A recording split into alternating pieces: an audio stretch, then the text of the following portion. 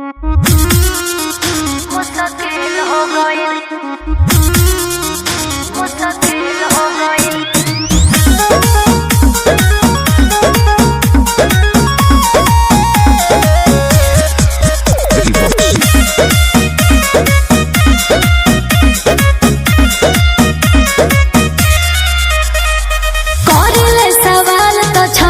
जल हो दिया लेखा पिया भोक जल हो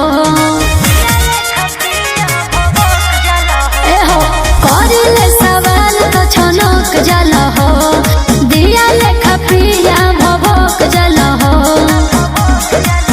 प्यार बात तारा बहरे हमके फील हो गई राजा सीना में तोहार कगो दिल हो गई एगो में हरे पर मुश्किल हो गईल राजा सीना में तोहार कगो दिल हो गईल एगो में हरे पर मुश्किल हो गईल।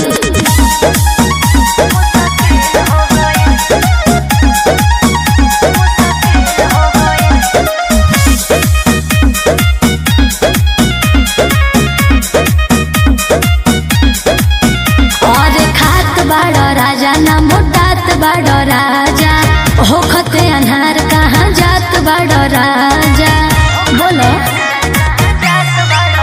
सैया साहब न कॉलेज देश छोड़ दे हम चौके में नाता तो से तोड़ दे हमारों से जरूरी अब करील हो गई सैया सीना में तोहार कगो दिल हो गई एगो में हरे पर मुश्किल हो गई सैया सीना में तोहार कगो दिल हो गई एगो में हरे पर मुश्किल हो गई।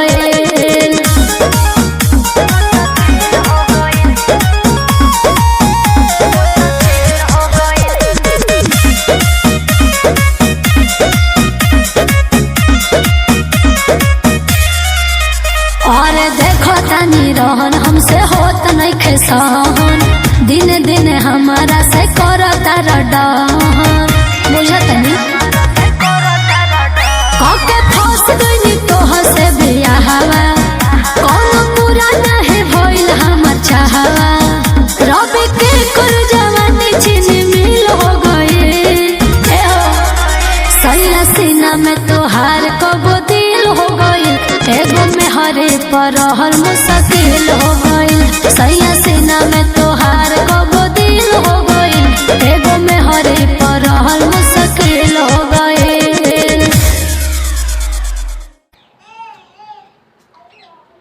हेलो फ्रेंड, अजानसू डांस में आप सभी का स्वागत करती हूँ। आप सब कैसे उम्मीद करता हूँ बहुत ही अच्छी रहिए, स्वस्थ रहिए, मस्त रहिए, अपने काम में व्यस्त रहिए फ्रेंड।